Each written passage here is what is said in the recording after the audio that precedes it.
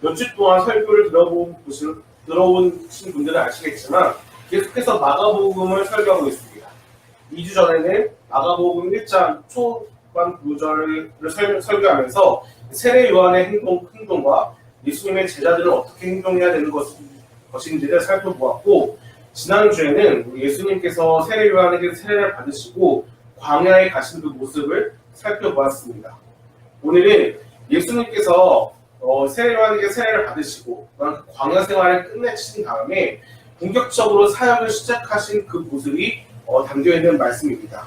바로 마가복음 1장 14절에서 15절까지 말씀이 그 말씀입니다. 예수님께서 세례 요한 잡히자 갈릴리에 오셔서 하나님의 하나님의 나라에 대해서 설교해 주시고 전파해 주셨습니다.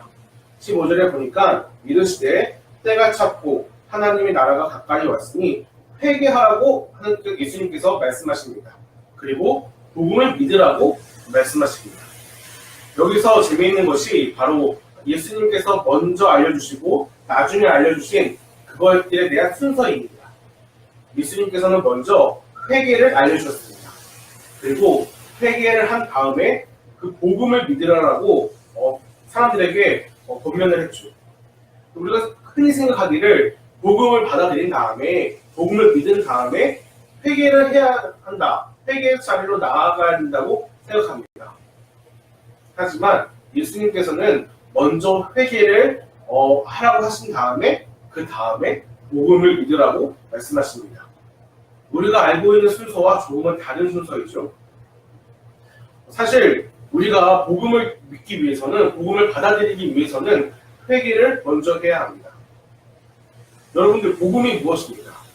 바로 기쁜 소식, 즐거운 이야기입니다.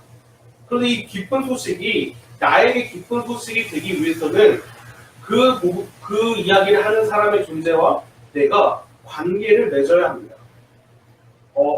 옆집 사람이 혹은 아주 내가 이름도 모르고 얼굴도 모르는 사람이 로또 1등에 당첨됐다고 생각해 보십시오. 우리는 기쁩니까? 저는 기쁘지 않죠. 오히려 내가 됐으면 좋겠다는 아쉬움이 더 클지도 모르겠습니다. 그런데 우리 가족 중에 한 사람이 로또에 당첨됐다고 생각해 보십시오. 어떨까요?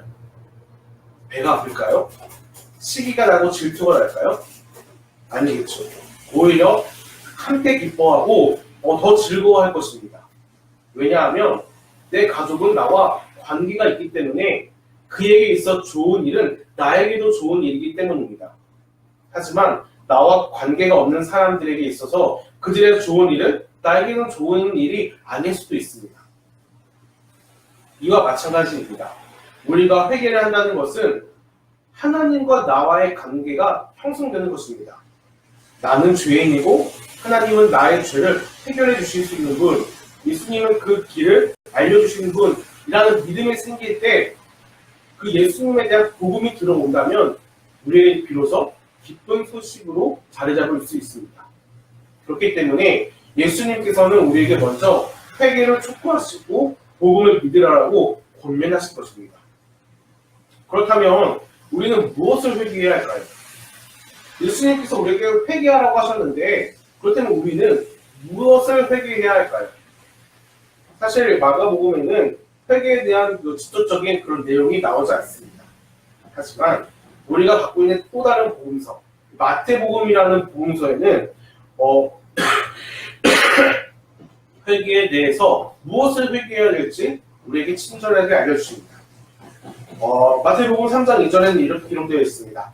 회개하라, 천국이 가까이 왔는 일을 하느니라. 먼저 여기서도 마찬가지로 회개를 촉구합니다. 그리고 그들에게 왜 회개를 해야 되는지 알려주신 다음에 이제 무엇을 회개해야 되는지를 3장 8절에 알려주십니다. 제가 읽어드리겠습니다. 그러므로 회개에 합당한 열매를 맺고 라고 기록되어 있습니다. 이 말은 즉슨 회개를 해야했으면 그 회개에 대하여 열매를 맺으라고 예수님께서 말씀해 주신 겁니다. 사실 이스라엘 사람들은 하나님에 대해서 너무나 잘 알았습니다. 기도도 했고요, 예배도 드렸고요, 그 말씀을 듣기도 했고 암송하기도 하고 많은 지식들이 있었습니다. 그리고 회개 기도도 많이 하였죠. 하지만 그들은 기도뿐이었습니다. 기도에 대하여 합당한 열매가 없었던 것입니다. 여러분, 지난주 토요일 설교를 기억하십니까? 이사야 48장 1절부터 11절까지 바로 이곳에서 제가 설교를 했죠. 1절은 이렇게 기록되어 있습니다. 야곱의 집이여 이를 들을지어다. 너희는 이스라엘의 이름으로 일컬음을 받으며 유다의 허리에서 나왔으며 여호와의 이름으로 맹세하며 이스라엘의 하나님을 기념하면서도 진실이 없고 공의가 없다. 콩 심는데 콩나고 파 심는데 판난다고 이스라엘 사람들은 그들의 손주 때부터 하나님의 이름을 부르고 기도하고 예배드리고 또 스스로 하나님을 자랑하면서 살았지만 그들에게는 하나님에 대한 정의가 없었습니다. 공의도 없었습니다. 말과 행동이 전혀 다른 삶을 살았습니다. 이사야 시대 때도 그랬고요. 예수님의 시대 때도 그랬습니다. 그래서 예수님께서는 이 기도와 이 삶에 이 분리되는 그들의 모습을 보고 회개를 촉구하신 것입니다. 회개하여라. 회개는 열매를 맺지 않는 너희들이여 진실로 진실로 회개하여라 라고 알려주신 것입니다. 여러분, 우리는 어떻습니까? 우리는 회개에 대한 합당한 열매를 맺고 있습니까? 아니면 기도뿐이고 회개뿐이고 정말 그 말로만 우리는 붙잡고 있지 않습니까? 사실 우리는 기도를 이용하고 있는지도 모르겠어요. 내 삶을 위하여 기도를 수단으로 이용하고 있는지도 모르겠습니다. 하나님, 제가 이번 어떤 새로운 일을 시작합니다. 내게 지혜를 주세요. 하나님, 내가 무엇인가 필요합니다. 내가 기도할 테니 나에게 채워주세요. 하나님, 제가 무엇이 부족하고 무엇이 필요한 거 아시죠? 하나님이 때에 따라 좋은 것으로 나에게 주세요. 우리는 삶을 위해서 이 기도를 이용하고 있는지도 모르겠습니다. 그러니까 삶이 이끌리는 대로 기도가 따라오고 있는지도 모르겠습니다. 그러나 우리는 그렇게 살아서는 안 됩니다. 오히려 이 기도가 우리의 삶을 이끌어가는 삶을 살아야 합니다. 하나님, 제가 기도하겠습니다. 어떻게 살까요? 하나님, 제가 부족한데요. 이것을 어떻게 해결해야 할까요? 하나님, 하나님의 뜻은 무엇입니까? 하나님의 생각은 무엇입니까? 내가 하나님의 뜻과 생각에 따라 살겠습니다. 라는 고백을 우리는 해야 할 것입니다. 삶이 기도를 이끌어가는 것이 아니라 우리의 기도가 우리의 삶을 이끌림 받는 삶을 우리는 살아야 합니다. 그러나 이스라엘이 그러지 못했죠. 그들의 삶이 그들의 기도를 이끌어갔습니다. 여러분, 우리는 어떻습니까? 우리는 무엇을 이끌고 있나요? 삶이 기도를 이끌고 있습니까? 아니면 기도가 삶을 이끌고 있습니까? 정말 바라건대 우리의 기도가 우리의 삶을 이끌어갔으면 좋겠습니다. 커피아 교회가 매 평일날은 영업을 하고 이곳에서 많은 사람들을 만나지만 우리가 이 영업하는 그 순간순간 하나님께 기도하는 심정으로 딱 기도하는 마음으로 하나님 내가 어떻게 해야 할까요? 물으면서 하루하루를 보냈으면 좋겠습니다.